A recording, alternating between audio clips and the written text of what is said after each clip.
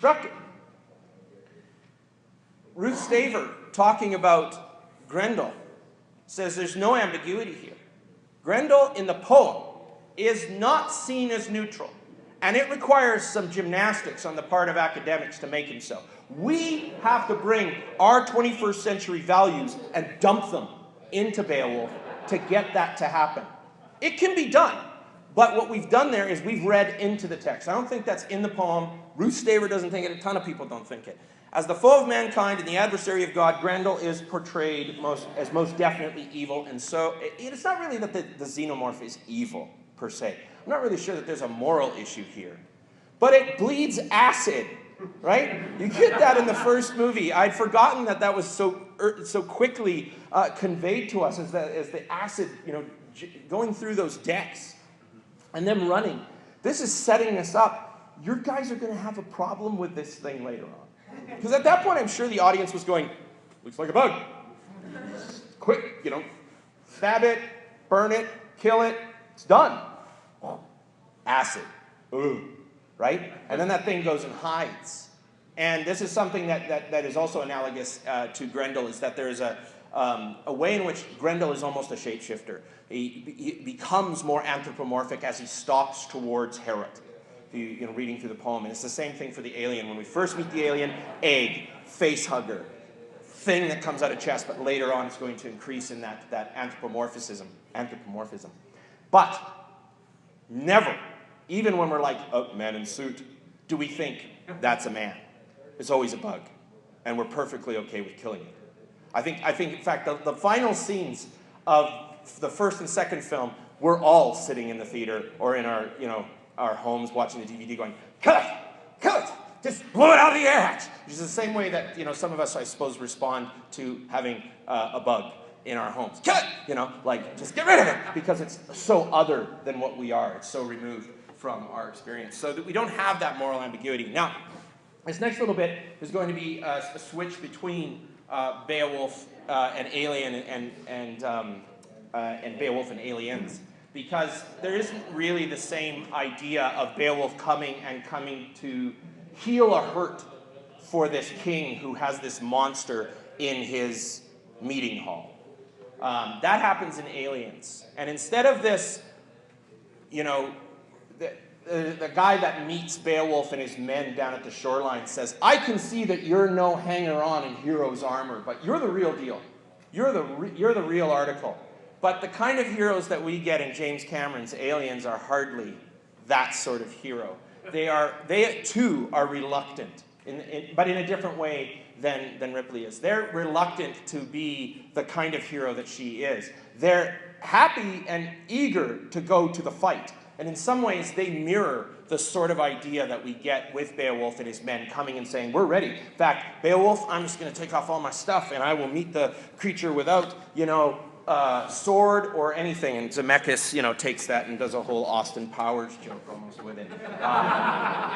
But these are not, the pure heroes, and yet they have that Beowulf sense of eager for glory.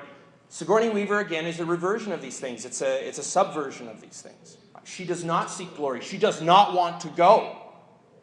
But, like Beowulf, she seeks to heal a great hurt. And she's willing to go to LV-426 to make sure that gets worked out. Now, I'm using Zemeckis' images because they make for a great triptych. And then I don't have to explain that I'm not talking about Grendel anymore. Once we see that it's Angelina Jolie with gold in the tail, then we just know we're looking at Grendel's mother.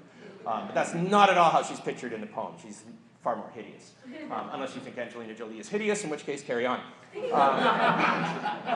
But this is the sort of the iconic image of Aliens. Ripley with Newt, the flamethrower and the grenade launcher in the Queen's lair. And that requires a descent. It's in the same way that Beowulf, that's why I say it just all sort of fits together for me when I think about these story types. A descent into an infested underwater current. The aliens even coming up out of water at certain points to grab Newt.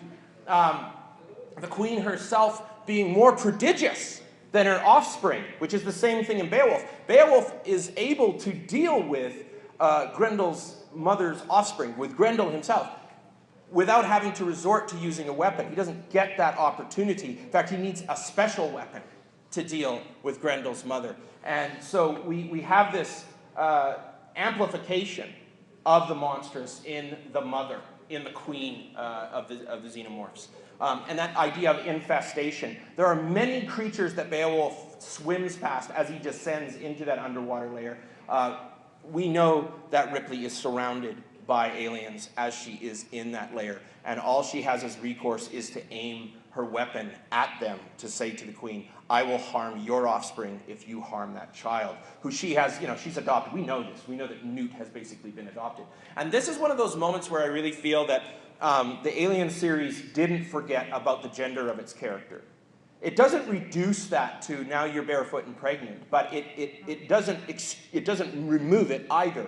It doesn't put all of Ripley's value in there, but it's not just shuffled off to the side as something that doesn't need to be part of the equation.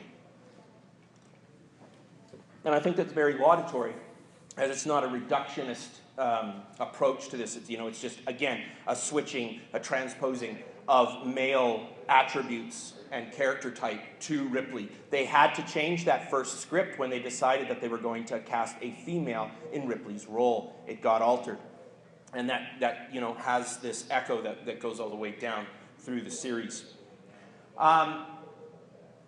Ripley threatening the eggs and threatening the queen's offspring echoes Grendel's mother's rage over the loss of her child. And again, we don't want to put too much there, except to say that for just about any species, progeny is important, and that the mother will protect the young. We see this in nature, and that's being utilized both in the original poem and then in Aliens as well. And then finally, the one that's probably been the most surprising for me, because again, I had already formed up that it was easy to think about Alien 1 and Alien 2 as these corollaries to Beowulf. But the third one was problematic for me because I knew that the xenomorph didn't get dragon size. So where's the dragon? Right? We're obviously in a reptile-haunted rocks of a wilderness of all the planets, and they're always crummy planets. Right? You want to talk about the warm space that you get to go and hide inside? No matter how infested the interior of the station is on LV-426, it's better than being outside, right? You've got to get back inside after you go outside on these planets. They're not ready for human habitation. And worse than all of these, we're on a prison planet in that last film. So it just gets set up right away. This is going to suck worse than any of the previous films. Not in a sense of quality, but that sounded wrong. Felt like I had a misplaced modifier. Because the dragon in Beowulf is, again, this is a Godzilla-sized problem. This is something that burns and destroys everything, right? And in terms of reciprocity, like you've got Grendel wants to come into the community because he's an outcast. Grendel's mother wants revenge for the killing of her son.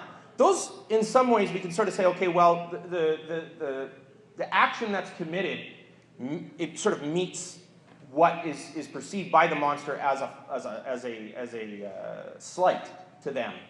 But in this last one, this is straight up where Tolkien takes that moment with Smaug. That one little, thief coming into his lair results in the destruction of a town.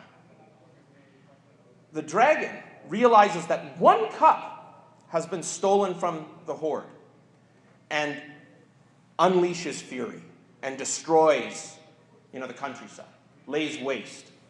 So there's this idea of the devastation doesn't match the transgression. But that's not what we get in Aliens. We get the same sort of storyline. We've got similar plot. These movies are, to a large degree, formulaic. So we're getting a little bit of the same thing that we've seen before. We know this pattern. We like that pattern. We go to those movies for that pattern. We're waiting for who's going to get the face hugger and what's it going to jump out of. We're waiting for those moments, right? But what I found of greater interest, and we're going to get to the dragon, but first, there's, in the dragon episode in the Beowulf poem, you have the lack of community. Beowulf went and helped a king that he didn't really owe a debt to. His father did, but he didn't owe a debt to. But he goes and he helps that king, and he gets rid of Grendel, and he gets rid of Grendel's mother, and then he goes home. And finally, he becomes a king. And a dragon ruins his kingdom. Does he get a hero from another land? No. Does anybody come to do this except for him? No. Just like Ripley. Really? Again? This is sort of like the whole Die Hard Bruce Willis thing, right? Except we buy... For some reason, we buy this more than we do with him. How does this keep happening to you and Jack Bauer? She is alone, though, and the movie sets this up right away. It's the thing that many, many people were outraged against because, you know, they killed Newt, and they killed her right away, and we didn't even get to say goodbye. That's how invested we are with those characters, right? But more importantly, she's alone. And that autopsy scene, oh my gosh, Sigourney Weaver in that scene. I am alone, you have taken away from me, you know, all these things. You know, I keep waiting for her to jump over and throttle Fincher, even though it's not his fault.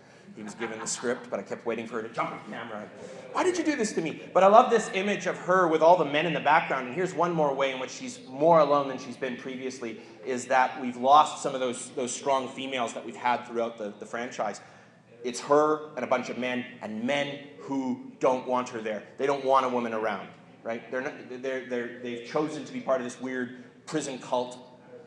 And so she is as alone in some ways as Beowulf is, because he goes to fight this thing. He takes some of his men with him, and they're like, we're too scared to go inside. And one guy, Wiglaf, says, come on, the king gave us our armor, we should step up. And he's the only one to go in. And Ripley's Wiglaf is the leader of, you know, this weird cult, Dylan. And again, we've got that reluctant hero.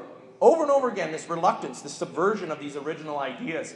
So he's reluctant to do it, but he realizes that he has to because, you know, for whatever, to get rid of the monster, this is what needs to happen. And we're back at this point to this darkness of the Anglo-Saxon imagination.